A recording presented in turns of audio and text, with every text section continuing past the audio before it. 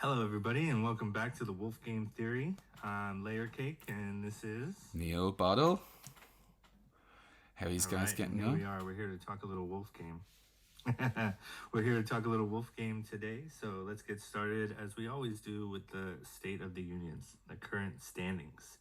So we're looking again pretty fairly unchanged as far as the rankings go. We got Real Crypto Corey, number 5047, which is his dominant team, it looks like, followed by Panther, then with G Money, and another Real Crypto Corey, with Wongsworth actually coming in sneaky on the outside at number 5.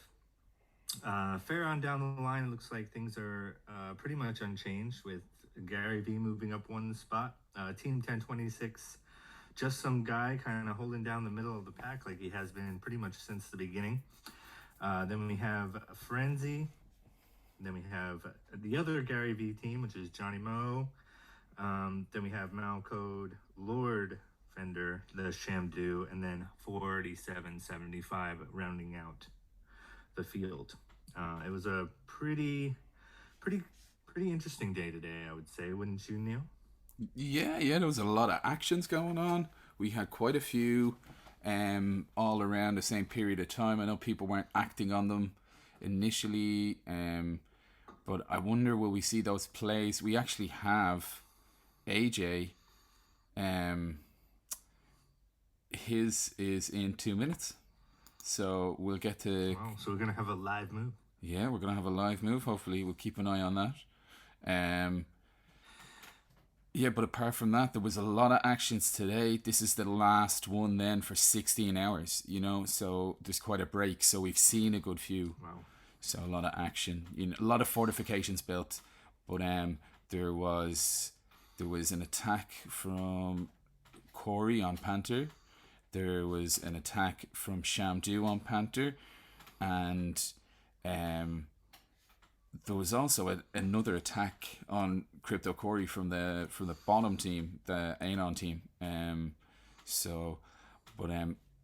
Crypto Corey attacked Panther with both his teams as well. So a lot of people building fortifications, a lot up to 2 now, a few ones. But some of the top 2 teams can't keep fortifications down at all. They just keep on getting wiped out straight away. It's funny to see the sentiment also, like in the Discord, just in the various ones, like the ones we're part of with the G Money, and also just in the general Discord, how frustrated people get sometimes when people don't move right away. Yeah. It's like, everybody kind of pictures everyone just like with their finger hovering over the button, just ready to make their move. But I think there's also a strategy in waiting too. I think if you think about battle and you think about chess, it's like nothing's more annoying than when you see a move that you want to make for the other person and they don't make it, or they don't see it. It's just kind of frustrating for you, and that can actually sort of bleed into your strategy and get you a little more rattled. So I think that's definitely a little bit of a strategy. Of course, it could also be that maybe they're asleep. So, I don't know. There's quite a bit of, this is a global game, so it definitely does cover all the time zones at once. So, but yeah, there's a lot of action, a lot of attacking today for on Team Panther, which is super interesting because I think for some reason Panther and Corey have sort of carved themselves out as the power teams. I think Matsumusa being on Panther, Yeah. people knowing the large bag they have. I think the fact that it's run by an investment group is sort of doesn't give them that sort of individual accolade that, say, like Shamdu has, being a high schooler, or G Money. And then you have Corey, who has 2 teams, who obviously is being seen as a force to be reckoned with in the game right off the bat. So I think the strategy is starting to outline. Oh, here comes the move by Mr. Gary V. Let's see what they're going to do here. Yeah, it's ready now. No action, yeah. I suppose just while you mention Panther, I might just jump onto his Twitter real quick and just talk about a tweet that he sent out saying that he thinks there might be spells in the alpha game, and they'll cast in two forms. So that a house will be able to use a spell on their own house to decrease their cooldown time by half, and a house can use it on another house, increasing the cooldown period by increasing it by half. So that's an interesting metric, interesting speculation. Would definitely make it a lot more interesting. Yeah, I mean, it'd start entering magic into the scene. I mean, all bets are off at that point, I think. Yeah, and and we were kind of talking about this briefly before we started this stream, and that was just the idea that we're starting to really see teams starting to sort of carve out their own lore. I mean, it started obviously with the naming and some. I think there was a lot of encouragement from the Shepherd and his team to sort of galvanize that feeling of like, hey, this is your kingdom, these are your people, what is your story, what is your house, so naturally as humans we want to sort of fabricate or create our own lore, and Panther has head and shoulders above the rest, I think, come out. I mean, he's written a two-part sort of story, like a well-written story, a multi-page story as the story of Panther and how he rose and sort of met the Shepherd in this sort of divine intervention sort of way, kind of like King Arthur, I would say, more like the Arthurian legends and that sort of excellent legend. I must check that out. I find awesome. Yeah, I haven't checked it out yet. I must have a look. Pretty crazy. Yeah, but in the end, that's when he states that sort of the relics. Oh, we got the move. Sort of this. Oh, here we go. Breaking news. Fortification. Exciting. Fortification. Yeah, no, that is exciting because you know what that does is that pretty much puts Gary V's team, because I don't know about you, but I look at Gary V's team as one, the same way I look at Corey's team as one. So really in the end, that's 4 fortifications. There's 2 on each side. Corey actually has 0 now, but each of Gary V's teams have 2 fortifications each, so I consider that 4. I look at that as 4. I mean, I don't know. What do you think about that? Yeah, I know what you mean, but in terms of the 4 would be much better on one team, that way, because one has considerably less, like 40% less points than AJ's Johnny Moe. Right. So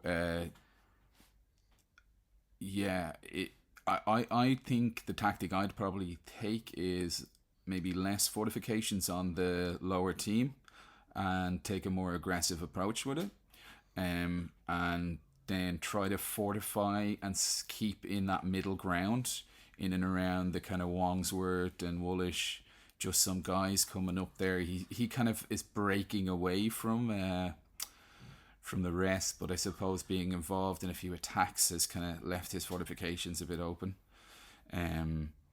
But in terms of kind of, he's really broken away from that like low 100k points, and I think we'll see him reach the 200k sooner than later. But and the same, like Wongsworth and AJ are almost neck and neck. Wandsworth has the edge on the sheep, but they're gonna be 2 interesting ones to follow, and in the middle ground, I think. We're looking like AJ's actions are a lot slower though. They always seem to pop in over the 2-day period, while a lot just start off with the 1 day. You know what I mean? Because they have that kind of right balance of that wool and sheep and wolves, but there's definitely, I think, a shortage of wolves on every team. they're the stars. Yeah, I like, it's interesting, like as this game goes on right now, I find myself sort of being intrigued by different teams daily.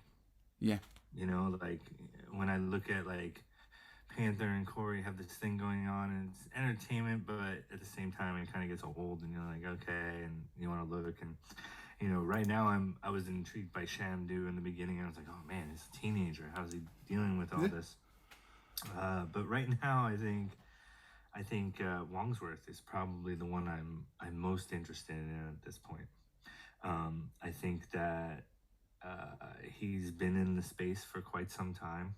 He's kind of viewed as an old schooler in the space. He's been in the space for a long time. If you go look at his wallet, he's got a trove of the who's who and the what's what of NFTs from the past year. Okay. So he's very very familiar with the space, and he's also very welcomed in the space. He's a you have those, obviously you have the people like Gary V and G Money who come in and they're very bullish. Wongsworth is kind of like one of those silent bullishes, like, oh, there's an old schooler. I know Wongsworth from all the discords we've been in and whatnot, and now he's an alpha 8 leader in Wolf Game, so that gives you like more of a grassroots sort of celebrity status in the game. But he's the one that's intriguing me the most, because he's just kind of plodding along, not really setting off any alarms or any bells, but he's right there in the middle Certainly of the not pack, as and if much you look as Corey. I just brought up this GIF here, and yeah, let's look at that. yeah, I'm glad you took me away from Wongsworth, because this is just epic. yeah, the treachery will not be accepted or go unpunished. It's pretty epic. I don't know like where they got the idea, but no, it just was executed extremely well.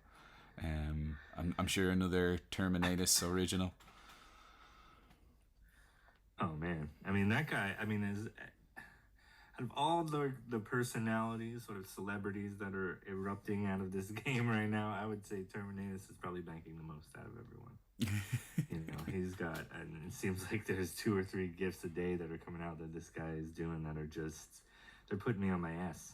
Really, if I could be frank with you, I laugh for a good 5 to 10 minutes on all of them. Yeah. And I just wonder where he begins and they end. Yeah. If the Shepherd hasn't hired Terminatus already, it should happen very soon, because they will double the amount of gift production, which is always great. I mean, you and I both. I mean, I don't know. I'm pretty sold. I think he's the gift guy. I think he's the artist that has been put under contract by Wolf Game, and I think he's out here in the community really kind of enriching the product and the project by sprinkling his art and his creations, and they're pretty epic and pretty awesome. Really make me want to play Nintendo. So it's looking like the Generation Wolves, the Generation 1 Alpha 5s have been completely swept up, which is very interesting. And yeah, we're looking at on the Gen Zeros an 11.2 ETH floor, which is quite healthy. Wolves currently standing at 22 cent at the moment, which is it seems it bounced there down. I'll bring up the chart here. We bounced down to like 17, I think, just tipping that 17 mark, and then we're back up, and we seem to be kind of forming a little channel here. We bounced off the 23, which we talked about as a support before. I think that kind of 23 mark, and so we're keeping on going, but it seems to have kind of really bounced from that 17 and got back up over 20 pretty quickly. What do you think about the wool at the moment? Well, I mean, again, here we are. We're talking about this in the middle of sort of a very volatile and not fun time in the crypto space. Things are still sort of going down, but I also see some stability happening. So that's where I see wool sort of lying right now, is in sort of like a kind of a consolidation phase, if you will. I think that people are taking their wool drips now and just starting to put those into the game slowly but surely. The Shepherd tweeted today, kind of unveiling that innovation. Now we can select from multiple wool pouches to inject capital into the game wherever you like. So I Yeah. thought that was pretty brilliant on his part. And so, I feel like, given the state of the union in the crypto world at this point, we're sitting at a pretty good floor at this point. Yeah. As we spoke the other day, I think 21 cents was our little kind of floor that we had imagined for it at this point, and I think that's sort of shining true. I think when the game gets on in its latter stages and people really need that big wool injection, I think we'll see some nice green candles upwards and maybe take us to a little bit higher level, maybe around the 28 floor, 28 to 35 floor. But right now, I'm definitely, I bought some wool this morning, so Nice. I was definitely, I'm still very bullish on wool at this point. Yeah, me too. And yet land is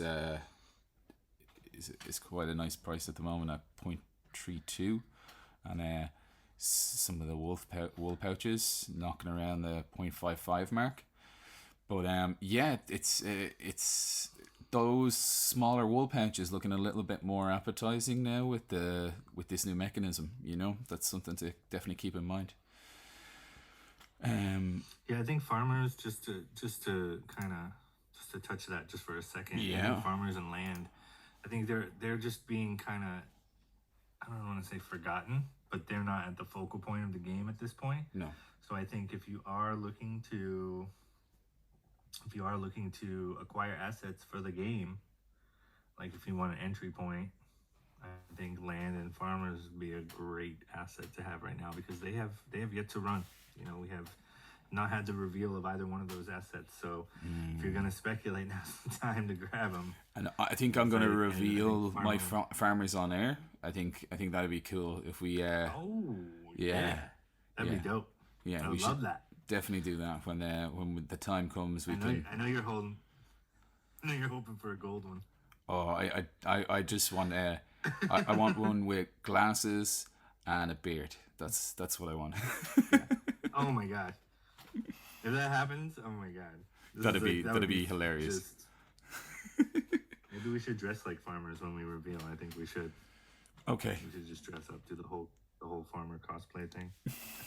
deal. I mean, we got to have Farmer Ron on too. I think that would be the prime Farmer Ron episode is the reveal, because I would love to see him just reveal the most epic farmer and just go ape shit right here. yeah. I think that would be the most amazing thing I've ever seen.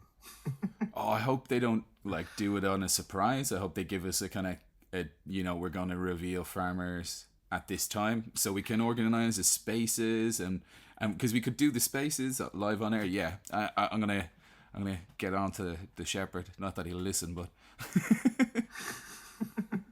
I mean, how does it? I mean, so reveals usually are pretty announced. I mean, I don't think I've ever been part of a reveal that we haven't known. So, unless he's really gonna do something crazy, which I wouldn't put it past him personally. But yeah.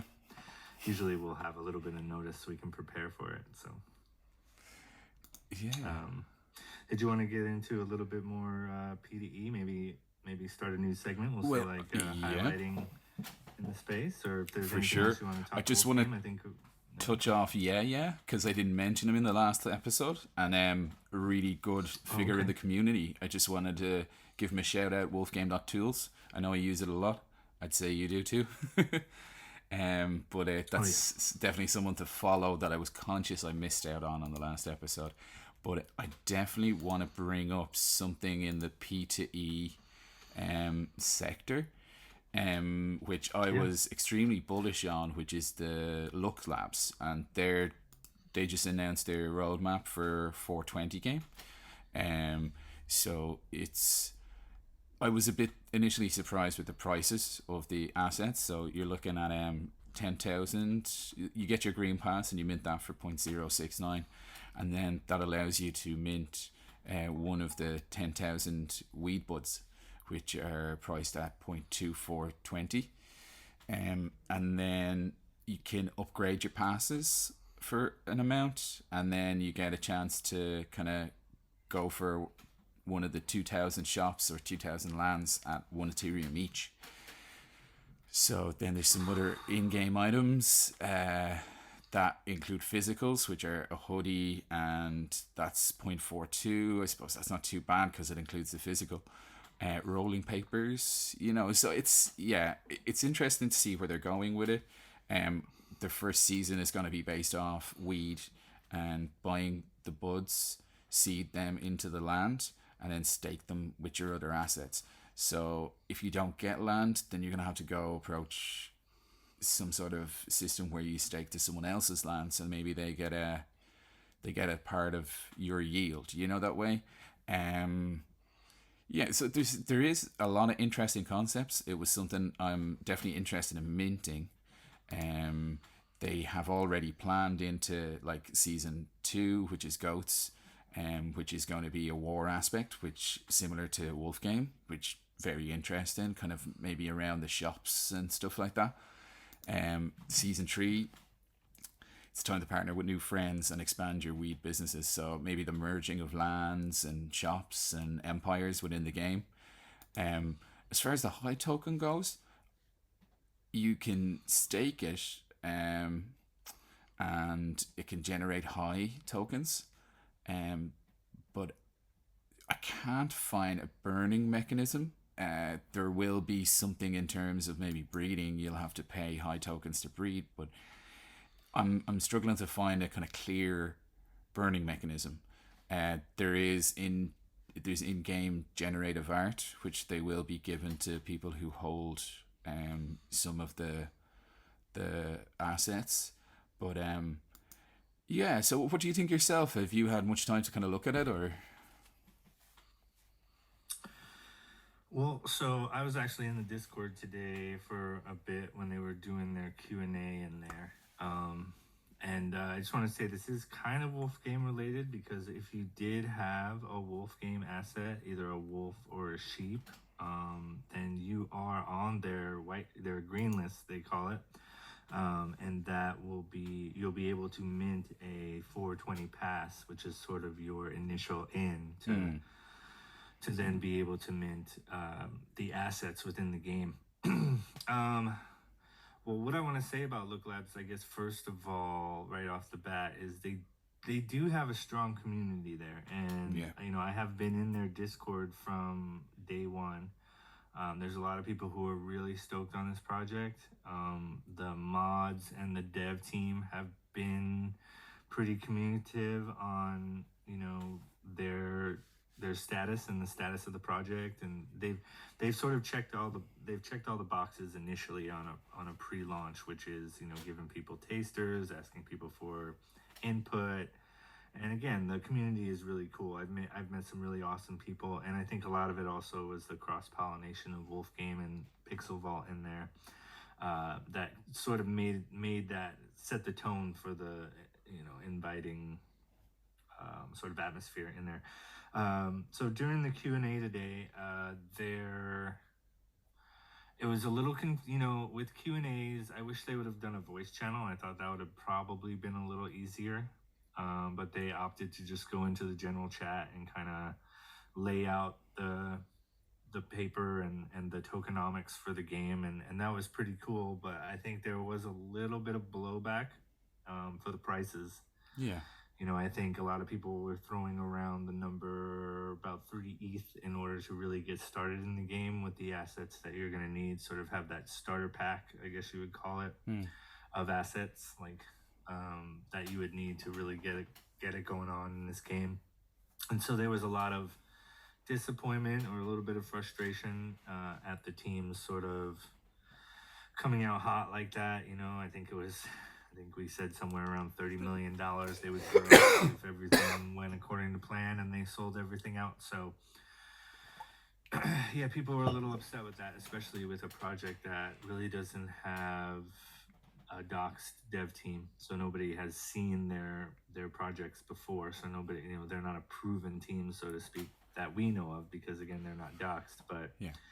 I found that, and then you told me actually, when we came on before, while we were kind of wrapping before we started recording, was that the team actually came out and sort of revoked that initial Yeah, white paper and the tokenomics, and I don't know if you want to go into that a little bit. absolutely. Yeah. And like I think that I've always been impressed with the way they've handled their community, and as you said, the offer of the mint passes for Pixel Vault holders, and Wolf Game asset holders as well. So they said that they've heard the feedback, and they will be pricing that they were priced according to execute in parallel with the vision that they had for seasons 2 and 3, to be able to produce more in-game items and real game world items. So yeah, it's interesting. They are going to redesign season 1, so we'll definitely touch back on this, I think, and we'll take a look at it again. Maybe we can. They did have a few spelling errors. I know the team's German based, but yeah, I don't judge too much for that. I think there's probably a little bit of panic going on in terms of the beanie food that's affecting a lot of projects at the moment. Unfortunately, which I think we'll touch on that on a later episode, when I think more information comes out and we can really kind of make a good statement ourselves, because I know that I'm not comfortable kind of making a full statement on that myself at the moment. No, absolutely not. I'm definitely, and I've been pretty active on Twitter, because sometimes it just, with Twitter, sometimes there's only so much you can take sometimes, and I think that's the genius of Twitter, is they put it in your face until you can't take it anymore and you have to say something about it.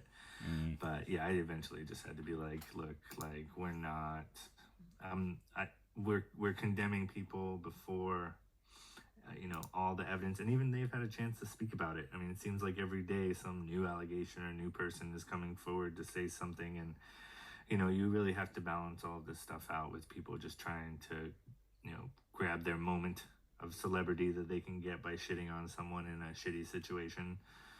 But I've learned in my life that, again, and this is cliche, but innocent until proven guilty. So I want to see what he has to say about it, and what the people involved have to say about it. And I know G-Funk has been super active today. Yeah. Kind of coming out and making statements on it. And yeah, we'll see what happens. And I think, it definitely deserves some sort of a coverage or episode, or some sort of dialogue about it, where maybe if we're lucky enough to get him on here, we can. But I'm not going to cross my fingers for that one. But yeah, I think this is a good little segment to dive into. We do want to predominantly dedicate to Wolf Game, because that's what brought us both here at this juncture. But I think if in the future bodes well, we can start branching out to other TDE products or projects as the ecosystem grows around us. For sure, I agree. And I think on that note, we might wrap it up, if that's all right with you. Yeah, that'd be great, man.